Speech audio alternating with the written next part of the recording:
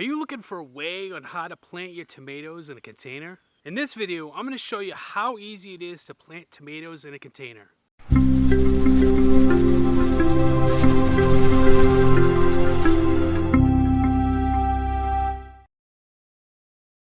Hi, this is Starke here from Green Thumb Gardener, here to give you some tips, tutorials, and reviews for all your gardening needs. In today's video, we're going to go over a very simple way on how to plant tomatoes in a container. As you know, it's ready to plant. It may be springtime for you, maybe a little bit early summertime, or you just trying to figure things out. Well, planting tomatoes in a container is a really easy and simple project to do that everybody should be doing it. Whether you go down to the store and you get some plants from your your local nursery, or you grow them from seed, planting them in containers is really something very easy to do. Before we get started though, if you could please give us a green thumbs up. Let us know that we're making great videos for you. Also, if you could, hit that subscribe button down below. Hit the bell so you get notified of any new videos that we do have. Also, we do have a website called gardenerthumb.com where we have all tips and tricks and all that stuff out there for you as well. So we'll put a link in the show notes as well. Now that we get that out of the way, let's get started. So one of the things that you have to consider, the first thing you want to consider is the actual size of the pot that you're planting the tomato in. You want to make sure that you have a pot that's going to be big enough to hold enough water and to also hold enough nutrients in there. Because when it gets in the summertime, you don't want to have a pot that's really small, because you're gonna have to water it as way too many times than you really want to do it, especially when it gets really hot out. So I suggest at least a 5-gallon pot. I would go a little bit larger if you can. Obviously the larger the pot, the better. But you can get away with, a 5-gallon. This one I think is 10-gallon. Little tip too is this, I actually picked up for free at a local nursery. I just buy some flowers there sometimes, and every time I go in there, I always ask them for just, any pots. And I mean, they're obviously not, they're not really, really decorative, but they do the job. They'll last a couple of seasons, maybe even more, but I just basically, it's my way of kind of reusing things, recycling it. So the second thing that you're going to need is the actual soil for this. You want to make sure you have a good mix of soil. You can buy a good potting soil mix in your garden center. And if you're like me though, and you want to make your own, I suggest to use some kind of mixture of peat moss or cocoa coir or whatever it's called. And also just any kind of composted cow manure, or any kind of composted, there's some chicken manure as well. Anything that's going to be organic. If you do have a compost pile, you can use that. So I generally do probably about half and half of each. So if I'm going to do a 5-gallon, I'll do 2.5 gallons of each. So I'll put my actual soil mix in the notes below, just so you have that. But if you just wanted to go and get the regular soil at your store, make sure it's the potting mix. I also try to get the one without the chemicals in it, and because I like to control my own nutrients in there. But if that's all you really can use, then that's fine. But if you don't do that, then one of the things you want to make sure you do is, if you find just the regular make your own, you have to make sure when you're doing the peat moss that you also put in some lime in here, because it is a little bit on the acidic side, I believe. But that will help balance it out, in there. So now that you have everything all mixed up in here, one of the other things I like to put in here is I use this is a non-soluble kind of mix of just fertilizer. You can find at the store. I go for the organic stuff. I just find that it still does what I need to do, and it's a little bit more sustainable. But whatever you can find in there, you want to have a balanced mix. With tomatoes, you don't want to have too much nitrogen. Maybe a little bit more nitrogen when they're first growing, but you want to have a little more on the PK side. So you want to have something that's got a little bit more nitrogen than that. So this balance, I just happen to just mix this up. I have a bunch of different mixes that I got. So I generally just kind of do some kind of mix like this. For this big pot, I'm probably not going to do this whole thing. I'm probably going to do about half of this, so I'm going to use this in other areas. So I just generously spread this off. Now this stuff is non-soluble, so what that basically means is that it's going to take some time to break down, which is perfect because you don't want this to be, you want to have some available to the plant as it's growing. So I like to make sure I get in there and just make sure it's all mixed around so that it's good to go. One of the advantages of having a pot is you can move this around if you need to. They are very, mobile. You can place this on your porch. You can place this, in your garden. As you can see, I have, a regular garden. I have a sort of raised bed, sort of half raised bed.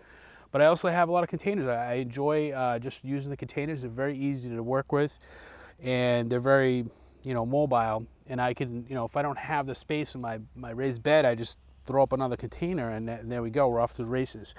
So for this one, I had so many tomatoes planted, and we gave away a lot of them.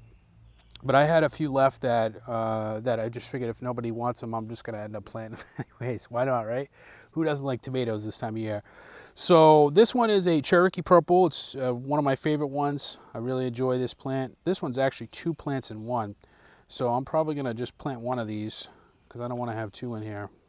But if you do go to the store, I gave you actually a video on above that shows you what you want to look for when you go into the store to purchase, particular plants. And I gave you some tips in there on how to do that. So I'm going to separate these guys out here. This one looks like it's a little bit more, I don't know, they're both the same size, so I'm not going to go too deep. So what you do is when you get it at the store, or if you grow them yourself, which I always recommend, but if it's this time of year, I mean, you can't start from seed if you're just planting stuff in June. But I suggest that you do go, if you go to the store and get a container, make sure that you don't want a container that's got a lot. The roots are root bound, where you start seeing the roots kind of twirl around here. That means that it's been there for a while. This one was kind of on the upper echelon of where I would go, even though this is from my own supply. So as you can see, I just basically just pulled it out. I have the roots kind of nice and neat, like kind of pulled out a little bit. Tomato plants, they are very versatile. They do really well, and they don't really seem to suffer too much when you're transplanting. Some plants, they do have a transplant. So in this, what I'm going to do is I'm actually going to dig a hole. So I'm going to actually go right up to the first branch part. So I'm actually going to bury the plant all the way down here. So this is one of those plants that you can do that to. Some plants you don't necessarily have to do this. But tomato plants, you really can do that. So as you can see, I kind of buried it as much as I can. I don't know. I'll probably end up filling a little bit more dirt in here. All right.